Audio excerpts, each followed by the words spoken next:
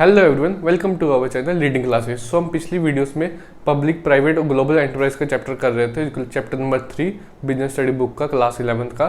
तो हमने उसमें पब्लिक सेक्टर एंटरप्राइज वाला पोर्शन खत्म कर लिया था। आज हम करेंगे ग्लोबल एंटरप्राइजेस और मल्टीनेशनल कंपनी, दोनों सेम ही चीज़ है। अब मल्टीनेशनल कंपनी होती क्या है? मल्टीनेशनल कंपनी वो होती है जो कंपनी बहुत बड़ी लेवल पे हो, जो बहुत बड़े लेवल पे बिजनेस कर रही हो और काफ़ी देशों में बिजनेस कर रही हो। उसके नाम से ही क्लियर हो जाता है, चाहे आप मल्टीनेशनल ले लो चाहे ग्लोबल एंटरप्राइज ले। ग्लोबल एंटरप्राइजेस ले लोगे तो वो एंटरप्राइजेस जो ग्लोबली हो, मतलब कि पूरे देश में, मतलब कि पूरी दुनिया में बिजनेस कर रही हो। और नेशनल में भी दोनों में नाम से मारा है कि मल्टी मतलब मैनी, नेशनल मैंने देश। ठीक है, नाम से क्लियर हो रहा है कि वो बिजनेस जो मल्टीनेशनल में होता हो, कि पूरे ग्लोबली हो। ठीक है, पढ़ लेते हैं क्या है। Multinational consist to different words. क्या क्या है? मल्टी मीन्स मैनी और नेशनल मीन्स कंट्रीज। ठीक है, मल्टीनेशनल में दो वर्ड आ रहे हैं। कौन कौन से आते हैं? मल्टी मतलब मैनी और नेशनल मतलब कंट्रीज। मतलब कि वो एंटरप्राइजेस, वो बिजनेस जो काफ़ी सारे मतलब कि मैनी कंट्रीज में हो, मतलब कि बहुत सारे देशों में होता हो। ठीक है, उसको हम मल्टीनेशनल कंपनी कहते हैं। Multinational means A company which operate in many country, मतलब कि वो बिजनेस जो कि बहुत सारी कंट्रीज में अपना ऑपरेट कर रही हो, मतलब कि बहुत सारे कंट्रीज में अपना बिजनेस कर रही हो। They have many branches, factories, workshop in different country. उनकी बहुत सारी ब्रांचेस हो सकती हैं, उनकी फैक्ट्रीज हो सकती हैं, उनके वर्कशॉप हो सकते हैं। जैसे कि एप्पल की कंपनी सारे देशों में फ़ोन्स बेच रही हैं। ठीक है, हमारे भी इंडिया में उनका वो आ गया, मैन्युफैक्चरिंग प्लांट आ गया, तो वो उनके वर्कशॉप भी हो सकती है, उनकी फैक्ट्रीज भी हो सकती है, उनकी फ्रेंचाइजीज भी हो सकती है। ठीक है, और आगे आगे क्या? The headquarter of multinational company are located in one country. उसको हम कहते हैं होम कंट्री। जो उनका हेडक्वार्टर होता है, क्या कहते हैं, उनका वो हेडक्वार्टर सिर्फ एक कंट्री में हो सकता है, वो उसको हम क्या कहते हैं? Home country. मतलब कि जो मल्टीनेशनल कंपनी पूरी दुनिया में बिजनेस कर रही है, बट उनका जो हेडक्वार्टर होगा, जो उनका मेन ऑफिस होगा, वो एक ही कंट्री में होगा। वो कंट्री को हम क्या कहेंगे? Home country. ठीक है, आगे क्या? And it carry business in other countries. वो जो बिजनेस कर रही है मैनी कंट्रीज में कर रही है, अदर कंट्रीज में कर रही है, उसको कंट्रीज को क्या कहते हैं? Host countries. मतलब जहाँ पर उनका मेन ऑफिस है उसको हम होम कंट्री बोलते हैं, और जहाँ पर वो बिजनेस कर रही है उसको हम होस्ट कंट्रीज बोलते हैं। आपके एग्जांपल क्या आ गया? Coca Cola, Hyundai, Reliance, LG, Samsung. मतलब कि वो कंट्रीज, मतलब कि वो बिजनेस जो काफ़ी जगह हो रहे हैं, जैसे कि कोका कोला ले लो आप रिलायंस ले लो, आप सैमसंग ले लो। मतलब कि ये कंपनी काफ़ी देशों में बिजनेस कर रही है। ठीक है, आगे आगे इनके फीचर्स क्या है? ये पहला फीचर क्या है? Giant size and huge capital. मैं ये कंपनी ऑफकोर्स इतने पूरे देश विदेश में बिजनेस कर रही है, तो बहुत बड़ी बड़ी साइज की कंपनी होती है। आपको नाम पता ही, सैमसंग हो गया, एलजी हो गया, एप्पल हो गया। मतलब ये बहुत बड़ी बड़ी बिजनेस हैं, बड़े बड़े इनके ह्यूज कैपिटल है। ठीक है, कि बहुत बड़ी कंपनीज हैं, इनके कैपिटल मतलब इनके पैसा बहुत है, पैसा लगाते भी। अब इनके पास पैसा आता कहाँ से? पैसा इनके पास आता है कि जब ये शेयर इशू करते हैं। ठीक है, पहले तो खुद ही स्टार्ट करते हैं, खुद ही, या खुद स्टार्टिंग से भी ये शेयर इशू कर सकते हैं। पहले खुद का भी पैसा लगाएंगे, शेयर भी लगाएंगे, फिर धीरे धीरे करके शेयर बढ़ाते जाते हैं, फिर डिबेंचर इशू करते हैं, शेयर इशू करते हैं, लोन लेते हैं। इनके पास यहाँ से कैपिटल आता है, और इनके साइजेस बड़े जायंट होते हैं, बहुत बड़े बड़े बिजनेस करते हैं ये। ठीक है, आगे क्या? Centralize control. अब सेंट्रलाइज कंट्रोल मतलब कि एक जगह कंट्रोल होता है। कंट्रोल कहाँ पर होता है? होम कंट्री में होता है, आपको बताया था। आगे क्या? Advance technology. अब इनके पास जो टेक्नोलॉजी होती है बहुत ही एडवांस होती है। पैसा ये हायर कर सकते हैं स्किल्स लेबर, स्किल्स वर्कर को। ठीक है, नए नए इनोवेशन कर सकते हैं। इनके पास टेक्नोलॉजी ना बहुत हायर होती है, पैसे लगा के टेक्नोलॉजी खरीद सकते हैं, बना सकते हैं नई टेक्नोलॉजी। ठीक है, आगे क्या? Expansion of market territory. अब एक्सपेंशन ऑफ मार्केट टेरिटरी का मतलब क्या है? कि मतलब कि दूसरी टेरिटरी में जाके ये बिजनेस कर सकते हैं। यहाँ पर कैपिटल है, ह्यूज इन्वेस्टमेंट है, कि जहाँ मर्जी जाके, जो से मर्जी देश में जाके अपना फैक्ट्री लगा ले, अपना प्लांट लगा ले, अपनी फ्रेंचाइजी खोल दे, मैं जहाँ मर्जी जाके ये अपना बिजनेस कर सकते हैं। इनके लिए कोई टेरिटरी का बाउंडेशन नहीं होती। प्रोडक्ट इनोवेशन, ये नए नए प्रोडक्ट लाते रहते हैं। मतलब कि इनके पास पैसा होता है, नए नए इन्वेस्टमेंट करते हैं, ये नए नए प्रोडक्ट लाते रहते हैं, फिर उनको दूसरी कंट्रीज में बेचते रहते हैं। अब जैसे सैमसंग ले लो, सैमसंग के नए फ़ोन आते रहते हैं। एलजी ले लो, एलजी फ़ोन भी बनाती, फ्रिज भी बनाती है, सब कुछ बनाती है, नई नई इनोवेशन हर साल आते हैं। अब सैमसंग, एप्पल देख लो, हर साल नया फ़ोन लेके लॉन्च करता है। रिलायंस देख लो, रिलायंस कितनी चीज़ों में डील करती है। ठीक है, कोको कोला हो गया, कोको कोला देख लो, हर घर के कोको कोला होता है। तो ऐसे ही जिनकी एक्सपेंशन वो बहुत ज़्यादा होती है। ठीक है, प्रोडक्ट इनोवेशन मतलब ये नए नए प्रोडक्ट भी लाते रहते हैं। आगे क्या? Marketing strategies. अब इनकी मार्केटिंग स्ट्रेटजीज बहुत हाई लेवल पे होती है। क्यों? क्योंकि एडवर्टाइजमेंट पे पैसा बहुत खर्चते हैं। ठीक है, ये अब उस पर एडवर्टाइजमेंट करेंगे, मार्केटिंग करेंगे, ऐड करेंगे। अब इनकी मल्टीनेशनल कंपनी की आप टीवी में ऐड देखते हो ज़्यादातर, ठीक है। तो उनकी जो मार्केटिंग स्ट्रेटेजीज होती है बहुत हाई लेवल पे होती है कि मतलब कि आपने ऐड देखी उसमें बड़े बड़े हीरो एक्टर हायर करते हैं, ठीक है। तो इनके लिए इनके पास बहुत पैसा होता है, ये बहुत जायंट बिजनेस होते हैं, ठीक है। मल्टीनेशनल कंपनी में वो कंपनी होगी जो कंपनी बहुत सारे देश में बिजनेस कर रही हो, चाहे 2 देश हो, चाहे 50 देश हो, चाहे पूरे ग्लोबली हो, वो बिजनेस करे, उसको हम मल्टीनेशनल कंपनी बोलते हैं। जो कंपनी क्या कहते हैं एक देश से ज़्यादा देशों में बिजनेस कर दे वो मल्टीनेशनल कंपनी हो जाती है, ठीक है। इनका जो जहाँ पर उनका मेन ऑफिस होता है उसको हम होम कंट्री बोलते हैं, जो बाकी कंट्री में बिजनेस करती हैं उसको हम होस्ट कंट्रीज बोलते हैं। बाकी आपको फीचर्स क्लियर हो गए होंगे। तो ये यहाँ पर हमारा मल्टीनेशनल कंपनी खत्म होता है। अब हम करेंगे जॉइंट वेंचर। अब जॉइंट वेंचर क्या होता है? जॉइंट वेंचर होता है कि मतलब कोई बिजनेस करना है, छोटे समय के लिए या बड़े समय के लिए मिल के बिजनेस कर लेना। कोई बिजनेस मान लो मैं और मेरा दोस्त है, हमने सोचा कि दिवाली आने वाली, हम मिल के पटाखे लगा लेते हैं। अब हमने 10 दिन पहले पटाखे लगा लिए, दिवाली तक हमने बेचे, जो पैसा कमाया आपस में बांट लिया, जो खर्चा हुआ वो भी आपस में बांट लिया। बट ये बिजनेस हम लॉन्ग टर्म के लिए हमेशा के लिए नहीं करें, बस शॉर्ट टर्म के लिए आए थे ना, तो उसको हम जॉइंट वेंचर कह सकते हैं। मतलब कि कोई टास्क कंप्लीट करने के लिए हमने टास्क करा कि हमें दिवाली तक पटाखे बेचने, तो हमने मिल के छोटा सा बिजनेस कर लिया, वेंचर का जॉइंट वेंचर कर लिया। अब फॉर एग्जांपल मारुति सुजुकी है, अब मारुति कंपनी अलग है, सुजुकी कंपनी अलग है, मतलब मिल के बिजनेस कर रही हैं। पहले हीरो होंडा था, अब अलग हो गया, ठीक है।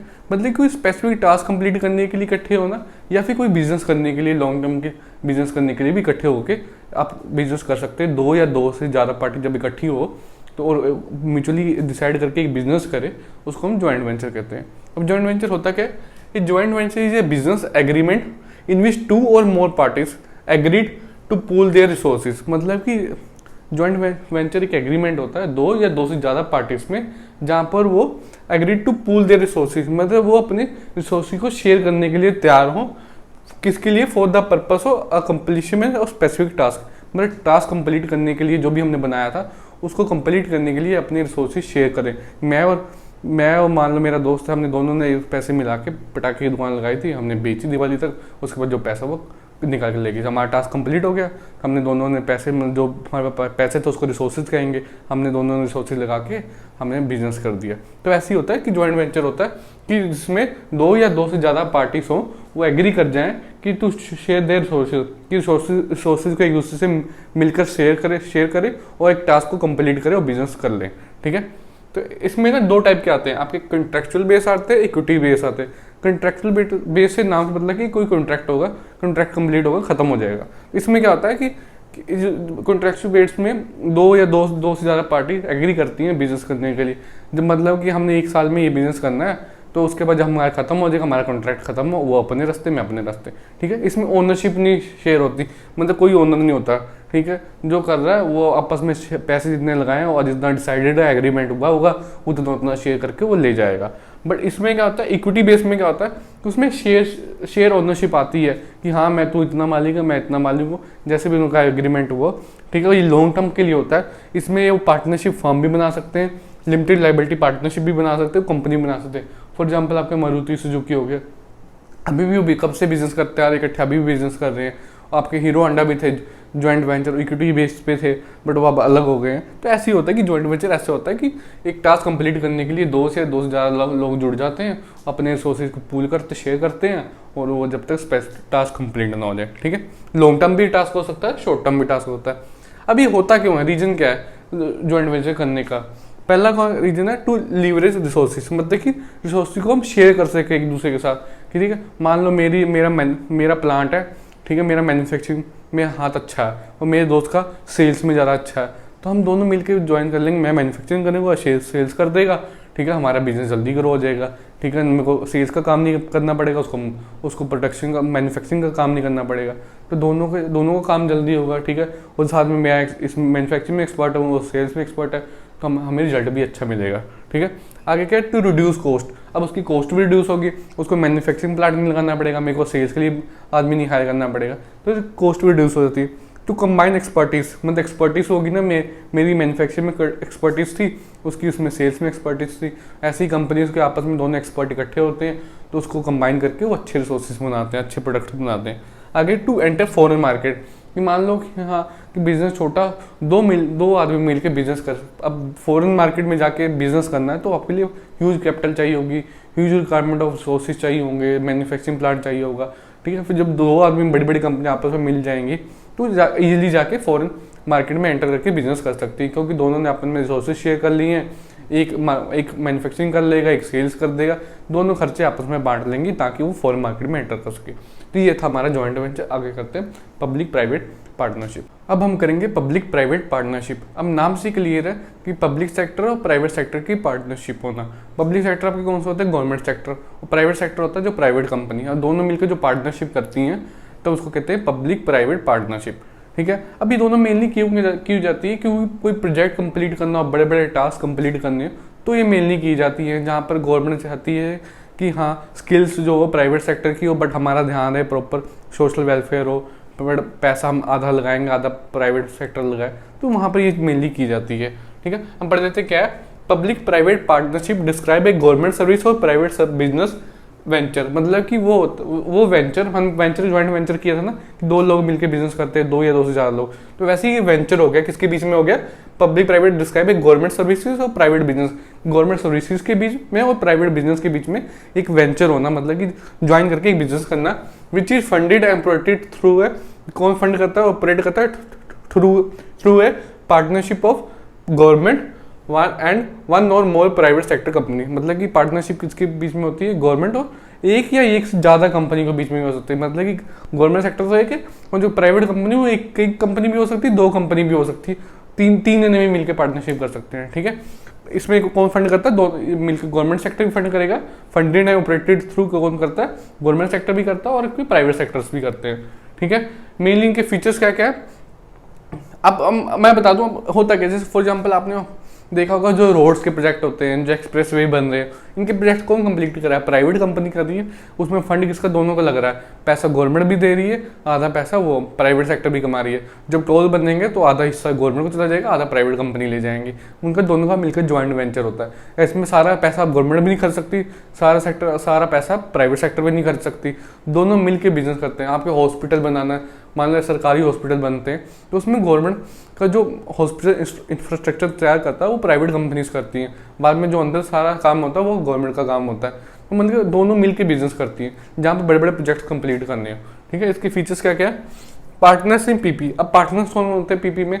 आपके गवर्नमेंट सेक्टर होते हैं और आपके प्राइवेट सेक्टर होते हैं। आप इसको पब्लिक सेक्टर भी कर सकते हो और प्राइवेट सेक्टर भी कर सकते हो। अब रोल ऑफ पब्लिक सेक्टर, अब इसमें पब्लिक सेक्टर का क्या रोल होता है? मतलब गवर्नमेंट का क्या रोल होता है कि प्रोजेक्ट को देखना कि हाँ सही ढंग से चल रहा है कि नहीं, सोशल वेलफेयर के लिए है नहीं। मेनली गवर्नमेंट का काम हमारे लोगों का सोशल वेलफेयर करना ना, कि पब्लिक के अकॉर्डिंग चल रहा है, कि पब्लिक की डिमांड फुलफिल हो रही है, ठीक है। इसमें उनका गवर्नमेंट का क्या काम है कि देखना कि पब्लिक की डिमांड फुलफिल हो रही है, सोशल वेलफेयर हो रहा है, कि किसी को नुकसान तो नहीं पहुंच रहा, ठीक है। ये पब्लिक का काम है, पब्लिक सेक्टर का काम है। और प्राइवेट सेक्टर का काम क्या है कि उनके पास स्किल्स होती हैं, उनके पास अच्छे एक्सपर्टीज होते हैं, वो फंड लगाते हैं अच्छे खासे, तो उनका ध्यान ये होता है कि जो प्रोजेक्ट बन रहा वो प्रॉपरली बने, अच्छा बने, स्किल्स के अकॉर्डिंग बने, कोई इसमें नुकसान ना हो, ठीक है। अब इसमें क्या था? चौथा फिर क्या हो गया पॉइंट? रिस्क शेयरिंग हो गया कि जो अगर मान लो कोई रिस्क होता है तो दोनों में डिवाइड, ना गवर्नमेंट को पूरा लॉस होगा ना प्राइवेट कंपनी को होगा लॉस। और जब इनकम भी होगी फिर दोनों की होगी। जैसे आपके जो रोड बनते हैं टोल, उस पर टोल टैक्स हम देते हैं जो चाहते हैं रोड पे, तो आधा टोल कौन रखता है? प्राइवेट कंपनी रखती है, आधा हिस्सा चला जाता है गवर्नमेंट को, ठीक है। आगे ये किसके लिए होते हैं ज़्यादातर? High priority projects and public welfare के लिए। उनकी पार्टनरशिप कभी यूज़ की जाती है जब बड़े बड़े प्रोजेक्ट्स बनाने, बड़े बड़े डैम्स बनाने, बड़े बड़े रोड्स बनाने, बड़ी बड़ी बिल्डिंग बनानी, गवर्नमेंट बिल्डिंग जो बनाती है, तो वहाँ पर सरकारी काम होता है, लेकिन जो बनाते हैं वो प्राइवेट कंपनीज को ठेका दिया जाता है। वही पब्लिक प्राइवेट पार्टनरशिप होती है बड़े बड़े प्रोजेक्ट्स के लिए और पब्लिक वेलफेयर के, कि पब्लिक लोगों की सेवा करने के लिए। तो यहाँ से आपका चैप्टर होता है कंप्लीट, ठीक है। बाकी रह गया अगला जो चैप्टर है हम अगले पार्ट में करेंगे आने वाली वीडियोस में। बाकी आपको वीडियो अच्छी लगी हो चैनल को सब्सक्राइब करना, लाइक करना, शेयर करना, कमेंट करना। बाकी ये सबके नोट्स आपको टेलीग्राम पे मिल जाएंगे, लिंक डिस्क्रिप्शन बॉक्स पे होगा, वहाँ पर जाकर आप डाउनलोड कर सकते हैं। हमने जो भी वीडियोस पढ़ाएंगे आपको प्रॉपर उस पर नोट्स मिल जाएंगे। आपको बुक रीड करने की भी जरूरत भी नहीं पड़ेगी, आप हमारी वीडियोस देखिए और वहाँ पर जाकर नोट्स पढ़ लो, आपका टॉपिक पूरा तैयार हो जाएगा। अगर वीडियो अच्छी लगी हो चैनल को सब्सक्राइब करना, लाइक करना, शेयर करना, कमेंट करना। Thank you for watching our video.